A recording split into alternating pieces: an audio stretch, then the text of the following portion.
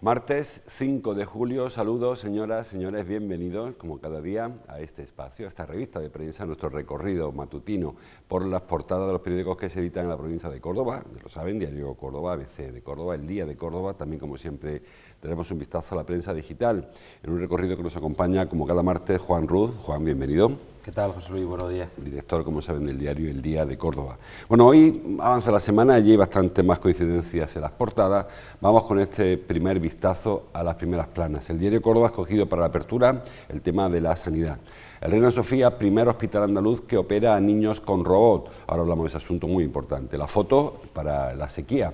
SOS en Sierra Bollera, titula el diario Córdoba, con foto de Rafa Sánchez, del aspecto que presenta el pantano, el embalse de Sierra Bollera, muy por debajo de su capacidad máxima, como saben. También foto para Coquemaya, que ayer fue la gran estrella del Festival de la Guitarra, que como se ven va avanzando también en su 41 edición, 41ª edición. El diario ABC también escoge la sequía para su portada, con foto para también el embalse de Sierra Bollera, y titula Las infructuosas soluciones para dar agua a la zona norte, hasta ahora infructuosas, ojalá que pronto empiecen a dar fruto. El titular de apertura para un asunto de ámbito nacional, el Gobierno, se refiere al Gobierno central, ya admite el riesgo de recesión. Es un tema técnico, recesión, como saben, cuando hay, creo que son 3 trimestres consecutivos en los que no crece el PIB, o decrece el PIB, se considera recesión, y ya ayer la ministra Nadia Calviño advirtió de que los próximos trimestres serán malos. Eso parece, según ABC, que es una forma de admitir el riesgo de recesión, que de hecho nunca faltó, el riesgo siempre está ahí. El diario El Día también escoge para apertura el tema de la salud. El Reina Sofía lidera el uso de la robótica, la cirugía pediátrica, y la foto también para el Festival de la Guitarra, una foto que firma Miguel Ángel Salas. Coquemaya, el brillo de lo sencillo, actuación del músico, del cantante y compositor ayer en el Gran Teatro, donde, bueno, pues consiguió uno más de los llenos de este año. Este año parece que va bastante mejor la aceptación del espectáculo por parte del público. El año pasado recuerdo que hubo un auténtico bluff y aquello fue regular. Este año va bastante mejor. A ver también el paro, el diario El Día en su portada, y también de la solución a la sequía del norte, que está más cerca. Foto para la ministra en la parte superior del periódico, porque también hay un rifirrafe, María Jesús Montero y Yolanda Díaz, de las fotos, entre el Gobierno a consecuencia de los nuevos acorazados que parece ser, destructores, que van a llegar a la base naval norteamericana o de uso conjunto de Rota, uso conjunto muy americano, por cierto. Bueno, empezamos por el tema sanitario. Juan, si te parece, ayer conocimos un nuevo hito, lo conocimos ayer, aunque el hito se produjo ya en el mes de mayo, según las crónicas, que es esta aplicación de cirugía robótica que ya se emplea en pacientes adultos, en niños. Algunos niños de 1 año, que yo entiendo que introducirle los brazos del robot a un abdomen de un niño de 1 año debe ser complicado, supongo yo.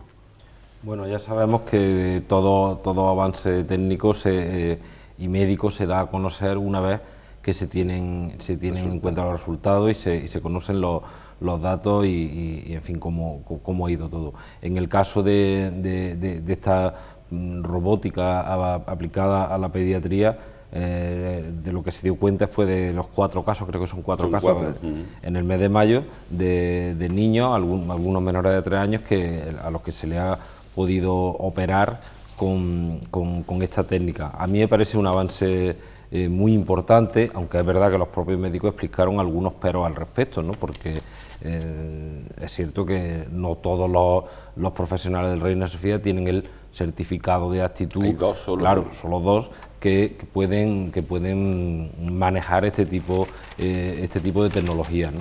Pero a mí me parece un avance importante, en fin. Para los neófitos que no conocemos mucho de esto, simplemente pensemos en la incisión que se le tiene que hacer a un niño o a un menor, en el caso de que haya que operarlo al sistema tradicional la parología o lo que sea, que es verdad que ya hay muchos avances, a hacerlo con un pequeño orificio con robots, ¿no? A mí me parece un avance importantísimo y de hecho en España solo hay 3 hospitales que lo hayan puesto en práctica con menores, y uno de ellos es el Reina Sofía, ¿no? Lo que evidencia lo que hemos hablado aquí en el programa muchas veces, ¿no?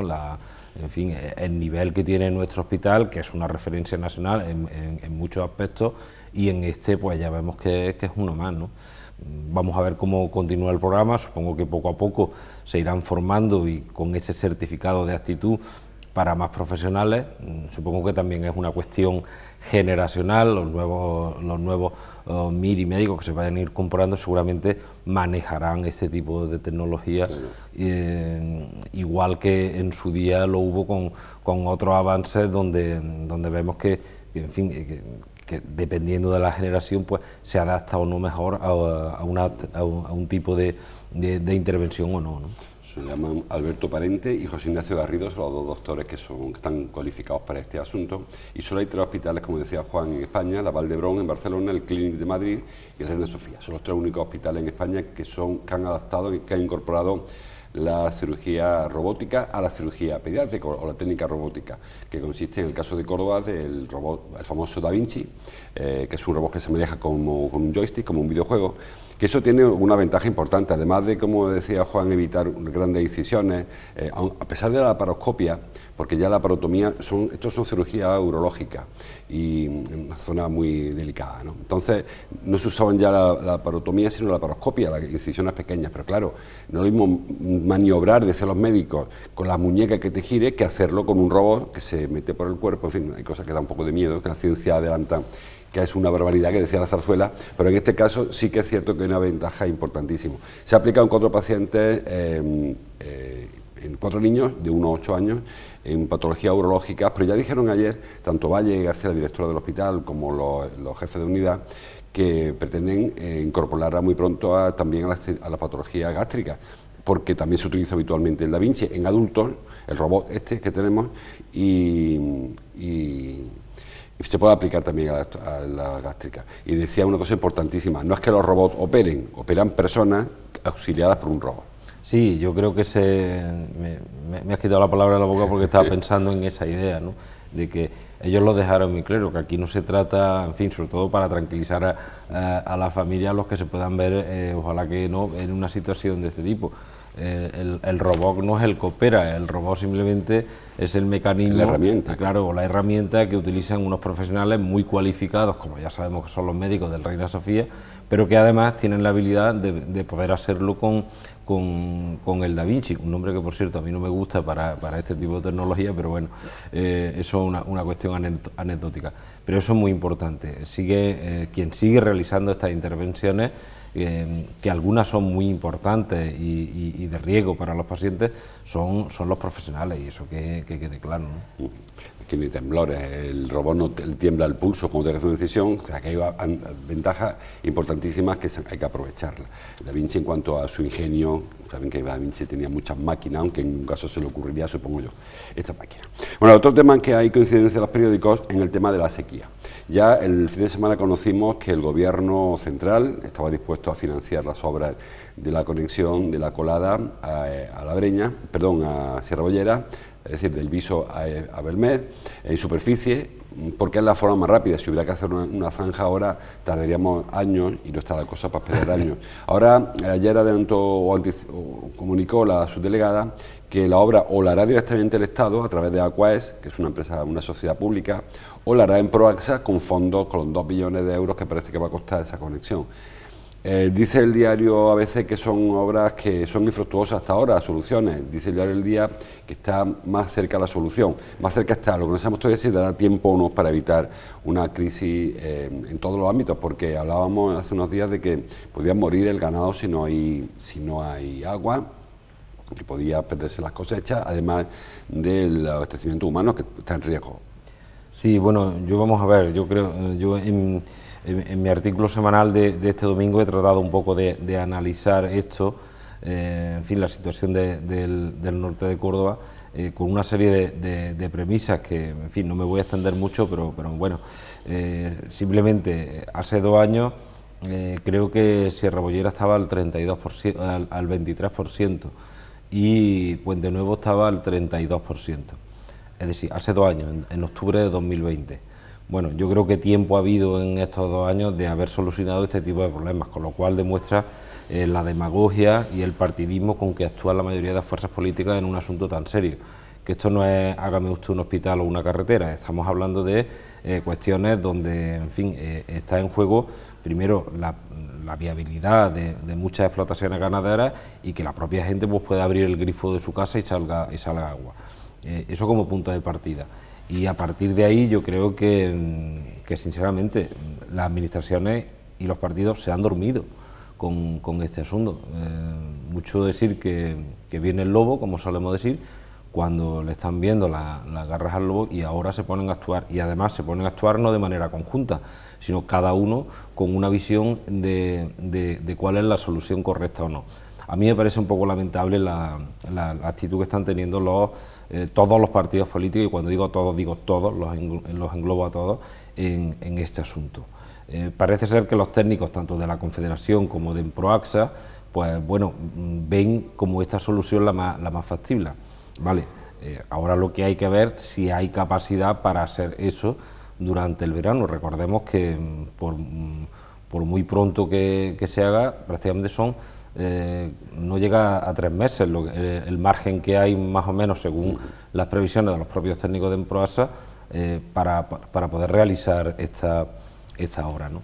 Entonces yo creo que técnicamente hay tiempo al tratarse de un bombeo superficial, pero bueno, esto conllevará después también una serie de problemas que supongo que se tendrán que poner sobre la mesa en las reuniones que hay previstas esta semana. Esto no es solo poner una bomba o una tubería en superficie desde el embalse de la Colada, que ahora mismo es una gran piscina y una gran playa porque no tiene otro uso, y Sierra Bollera, que sí es un embalse donde hay una serie de estaciones de bombeo, de plantas de tratamiento, que es de la que bebe todo el zona de Córdoba. Supongo que esa tubería, que son muchos kilómetros, pues en fin, necesitarán ahora también un cuidado, una vigilancia, en fin, hay una serie de aspectos que hay que tener en cuenta como solución provisional. A mí lo que me gustaría es que se bajara el tono por parte de todos los partidos, que se actuara desde luego con menos demagogia, con menos partidismo y con más pensando en la realidad de los vecinos del norte, que ahora mismo tienen un problema muy grave y una amenaza importante de quedarse sin agua cuando llegue a finales de octubre, ¿no? Ahí aportaba, decía el diario, esos son Emproaxa y Aquaes, Emproaxa Diputación, como saben, Aquaes de una sociedad estatal pública. Decía que aportaba Francisco Pollato en ABC que hay 3 soluciones que el gobierno va variando de una a otra. La solución primera, la que siempre se planteó, la conexión de la Colada a la Breña, perdón, a Sierra Bollera. Pasa que era una conducción subterránea que se quedó a medio hacer, ¿no? Que está bastante avanzada, pero aún no conecta. La otra solución es conectar Puente Nuevo con Sierra Bollera, es decir, subir el agua de abajo arriba, que esa solución, bueno, sería factible a muy corto plazo, o sea, sería para muy poco tiempo, porque el agua es la misma. Claro, si la baja o la sube, no deja de ser el mismo agua el del Guadiato en un sitio u otro. Y la que se va a adoptar a última hora es la de la conexión superficial. Decía ayer Rafaela Valenzuela que no hay que conectar los 2 pantanos, sino conectar la Colada con la conducción que ya está hecha. Bueno, aun a riesgo de que la conducción esté hecha y no sirva, porque esa conducción nunca se ha aprobado. Se hizo un tramo hasta la estación de tratamiento de agua potable de Sierra Bollera, pero no se sabe cómo andará ese tramo que se construyó hace bastante tiempo, que se paralizó en 2008, creo recordar, que la Junta retomó hace poco, pero que no se ha testado nunca. Sí, yo creo que falta testarlo, bueno, aunque hay que presumir que las condiciones están ahí y se pueden utilizar. Supongo que técnicamente no será muy complicado comprobar si esa conducción ahora mismo funciona o no. Yo creo que eso hoy día hay tecnología suficiente como para comprobarlo rápidamente. Y yo, en cuanto a las soluciones, insisto, habrá quien nos pueda convencer más o que nos pueda convencer menos. Yo no soy técnico, son los técnicos los que tienen que opinar de esto. Por eso te decía que tal vez ha habido excesiva injerencia política en un asunto que yo veo que es una cuestión más técnica que otra cosa. Yo, bueno, lo voy a comentar aquí, aunque Lo hablaba el otro día en privado con una persona que sabe bastante de esto.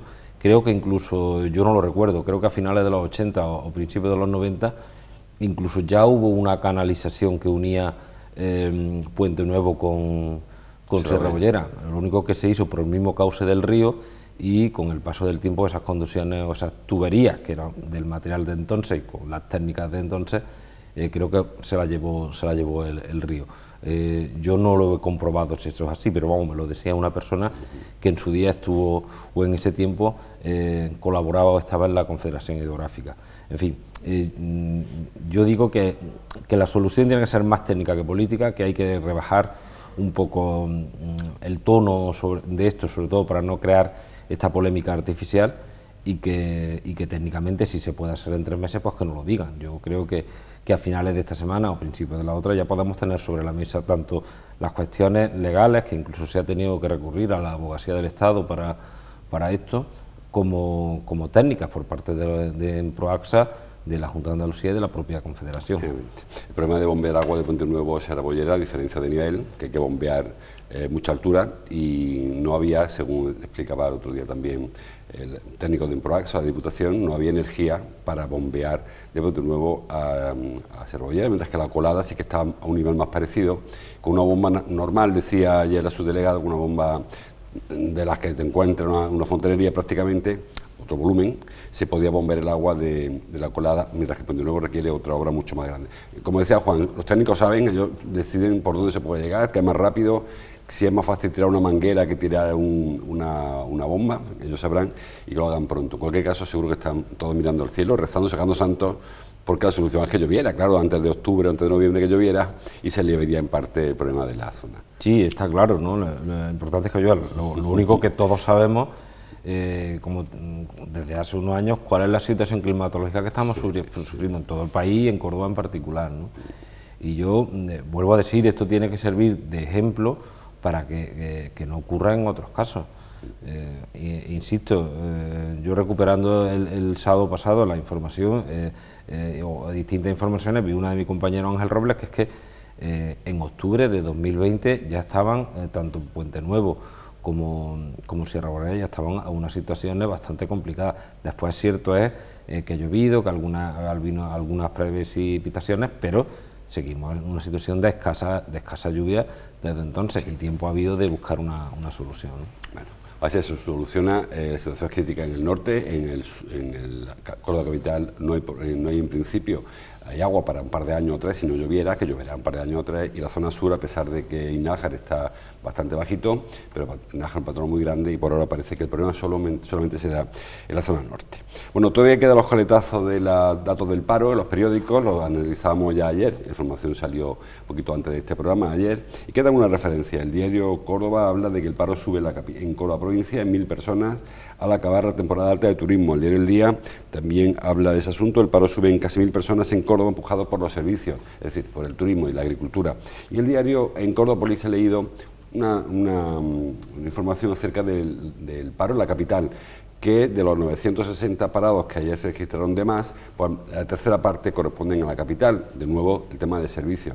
Hay una dependencia absoluta del turismo. De hecho, de 960 desempleados que hubo más, 500 y pico son servicios, es decir, turismo, y 400 y pico son personas sin empleo anterior, es decir, gente que ha acabado sus estudios ahora en junio y que se han apuntado al paro, con lo cual prácticamente todo se lo queda al turismo. Hay también algunos fines de una campaña agrícola, pero básicamente el turismo, la dependencia del turismo creo que en Córdoba llega a ser enfermiza, y se ve en este dato que ha aportado hoy Juan Velasco en Córdoba.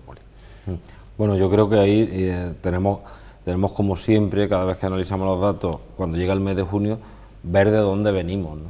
Entonces sabemos ya la parte positiva, ¿no?, de la contratación en Córdoba, es que antes, hace unos años, se circunscribía prácticamente a los meses de abril y mayo, y ahora vemos que hay una evolución positiva prácticamente desde finales de febrero, marzo, abril y mayo. ¿Qué ocurre? Pues como siempre, que es el problema que está sin resolver, cuando llega junio, la mayoría de esos contratos que tienen que ver con el turismo, con el ocio, con los servicios, la primavera cordobesa, pues se vienen abajo, porque, en fin, verano es temporada baja en en esta provincia. Y yo creo que es un poco la lectura que tenemos que hacer, nuestra dependencia de los servicios y de nuestra temporada alta, ¿no?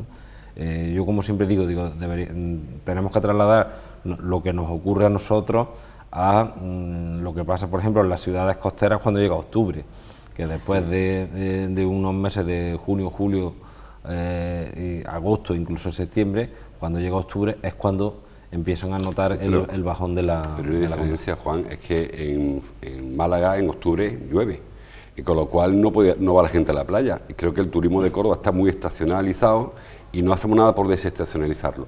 Hace unos meses veíamos como el sector, los empresarios de hostelería se lamentaban de que no había empleados para tener sus terrazas. Ahora que busquen, ahora hay muchos desempleados. Claro, lo que no puede ser que tú pretendas que un trabajador esté de brazos cruzados para cuando haya la apuesta por la hostelería y el turismo. Es decir, que no es la misma, es verdad que es comparable lo que ocurre en la costa con el turismo que lo que ocurre en el interior, pero el interior no tiene por qué estacionalizarse tanto. El turismo fluctúa en París y en Madrid y en Florencia, pero tanto como en Córdoba, que pasamos de no tener gente para tener una barra a tener todos los parados del mundo. Creo que hay que equilibrarlo un poquito. Sí, tenemos que buscar los métodos para equilibrar eso, y lo hemos comentado alguna vez que otra. Aquí yo creo que la solución pasa por el propio sector, que tiene que reinventarse, y luego hay cuestiones en las que tenemos que, en fin, que ser un poco, muchísimo más sinceros y honestos. Y es que tenemos la climatología en verano que tenemos. Entonces, partiendo de esos hándicaps, a partir de ahí ver cómo se hace. Pero creo que llevamos años con este debate y el propio sector ni las administraciones ponen remedio. Yo no sé cuál es la solución, pero desde luego no se ha planteado prácticamente nada que pueda un poco alargar lo que es o darle continuidad a lo que es la temporada alta turística en Córdoba, que, como digo, prácticamente dura hasta la primera semana de junio, ¿no?, si metemos algunos días de feria. Entonces, el cómo hacerlo, yo creo que serían los propios agentes turísticos de la ciudad los que tendrían que plantear soluciones, porque, en fin, hacer festivales y demás, eso está muy bien. El Festival de la Guitarra lo estamos viendo ahora, aunque ahora hablaremos, está muy bien, está siendo un atractivo, pero eso no es suficiente. Hay que hacer y plantear más cosas para ser más atractivo, sobre todo aprovechar la cercanía con la Costa del Sol, la sintonía que hay entre Córdoba y Málaga en ese aspecto, con buenas comunicaciones y demás, tanto por carretera como por AVE, y a partir de ahí saber captar a determinados visitantes, que desde luego hasta ahora no se está consiguiendo. Sí, yo creo, y tenemos una leyenda negra en Córdoba que nosotros alimentamos, son profecías autocumplidas. Este año va a ser un calor insoportable y tal, y un saludo a los que estén en Marruecos, por ejemplo, o estén en Atenas, o estén en Roma, que están pasando mucho calor también, pero disfrutando de su verano. Y en Córdoba, pues todo el mundo echa la persiana, que llega mediados de julio, y nosotros mismos nos autoconvencemos de que hay que echar la persiana. Y repito, muchos de nosotros, o de ustedes, van a irse dentro de unos días a pasar un verano a Casablanca o a Egipto, y van a sudar bastante más que si llegan aquí a tomar una cerveza a la judería. Y creo que a veces Córdoba renunció hace mucho tiempo a su verano, como si no fuese posible. En Sevilla se promociona Sevilla en verano y hacen sus cosas, y creo que el calor es soportable. Sí, hombre, hay una hora del día que mejor esconderse, pero en Córdoba, hoy he oído que están en Valladolid a 38 grados. Bueno, pues yo no creo que la gente piense que calor hace en Valladolid, va y esa hora te quedas en el hotel. Sí, yo creo que más que una cuestión también de mentalidad, pero que el propio sector tiene que saber dinamizar y hacer atractivo, claro, la ciudad, para que en verano tengamos determinadas actividades. Pero claro, planteo una cuestión muy simple y creo que la entiende todo el mundo. Si para cualquier visita, monumentos y demás, vamos a mantener el mismo horario que tenemos en noviembre, pues mire usted, pues poco tenemos que hacer en julio. Si vamos a mantener los mismos horarios en noviembre que en julio en Córdoba, pues desde luego vamos a ser poco atractiva la oferta cultural de Córdoba. Sí, pero por una cuestión muy sencilla, y solo planteo eso, ¿no? Y se pueden hacer muchísimas más cosas, ¿no? Sí, pero que insisto, que hay personas que están paseando a las 4 de la tarde por un zoco en Marruecos, o están en las colas de las pirámides. y parece como que allí no hace calor, y hace bastante más calor que aquí. Es decir, creo que ese renuncia que ha hecho Córdoba a su turismo de verano es una cosa que no es de ahora, que llevamos décadas en verano echando la presión en todo el mundo a los boliches o a la parcela. Creo que se podía revertir y solamente hace falta pues eso, que los empresarios se lo crean, que apuesten por el turismo de verano, que se apueste por el turismo de estancia, que no sea el crucerista que no hace nada más que pasearse por la judería y pasa mucho calor. Creo que, en fin, hay técnicos, decíamos antes de los pantanos, el turismo igual, hay gente que entiende de esto más que yo, mucho más que yo, y que seguro que tiene soluciones. Sí, e incluso más que yo.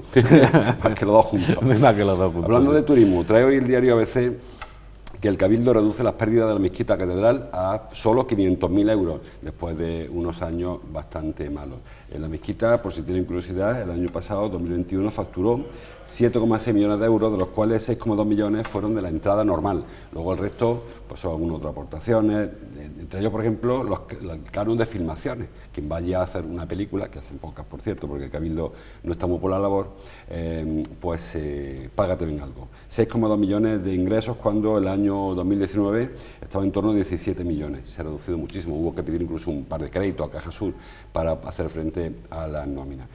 Dice esta información de Rafa Ruiz que bueno, se ha recortado el gasto mucho, entre ellos, por ejemplo, este año no hay que pagar las obras del Palacio Episcopal, que se han pagado, por cierto, con fondos de la mezquita, Palacio del Obispo, que está enfrente.